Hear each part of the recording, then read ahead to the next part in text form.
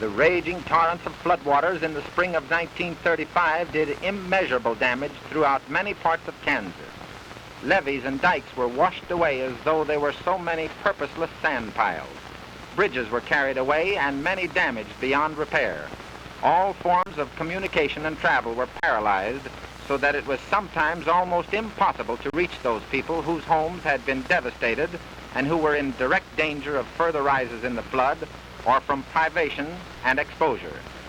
A great deal of forethought is evident from the fact that in December of 1934, a public emergency work relief project bearing a state number was approved, providing for the preparation and approval in each county of a standard work relief project to stand in readiness for any public emergency.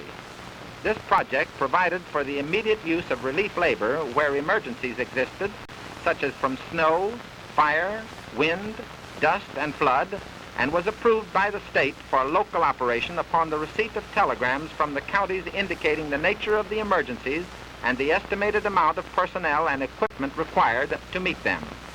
County emergency relief administrations were prompt to throw all their resources of work relief labor into projects designed to prevent damage from approaching floods, to assist relief clients to escape with the household goods and livestock from flooded districts or those threatened by high water, and to do repair work on levees and dikes, which in many instances prevented overflow and further damage. Work relief clients assigned to these projects in many counties work day and night and have shown a splendid spirit in one of the greatest emergencies which have ever confronted the state. Probably no major disaster has been accompanied by so little panic among those persons affected and such a prompt response on the part of entire communities both to prevent and to repair the damage from floods.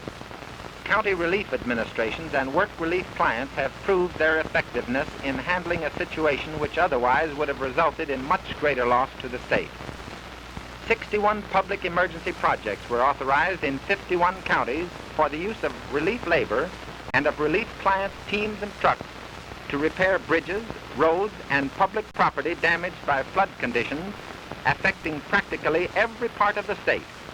The project operated for the burying of 2,500 drowned farm animals, for searching the flooded areas for any possible flood victims whose lives might be in danger, and in cleaning up the debris from the overflowed districts.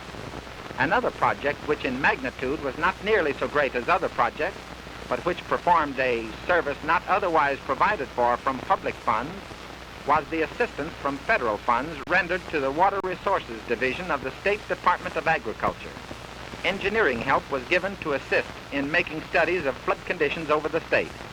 During the past 3 years, this research had led to an almost constant program of work relief expended on river improvement.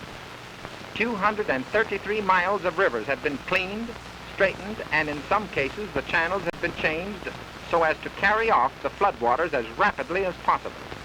The extremely heavy rains that were the primary cause of the 1935 Kansas floods were, of course, impossible to predict. Yet there is no doubt but that had this river work not been done, that the floods would have been of greater severity and would have caused much greater damage.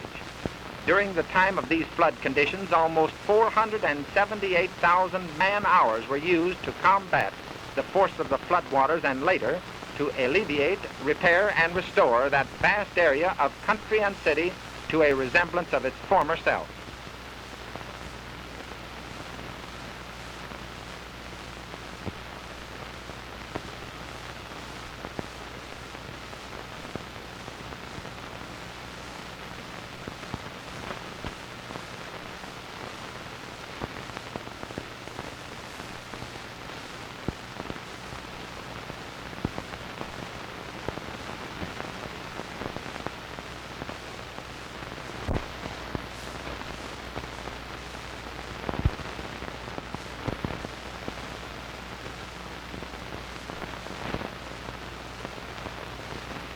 In Cheyenne County, where probably the heaviest damage from the flood is recorded, work relief labor had been used to build fords and temporary bridges over the new channel of the river, which was now 1.5 miles from the former channel.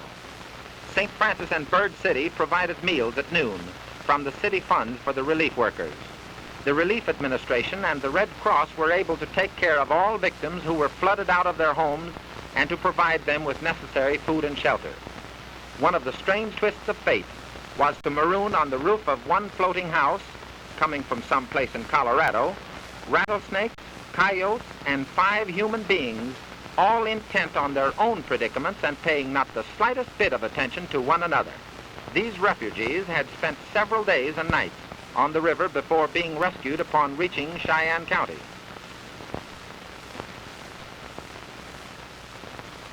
Along the banks of the Republican River in Republic County were large deposits of shale which proved very valuable in rebuilding damaged bridge approaches.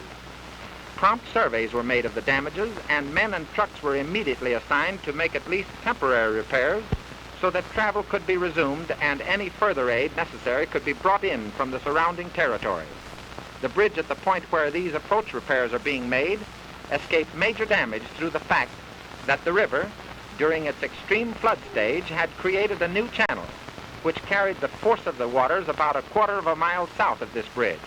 When the flood had receded, the river returned to its old channel.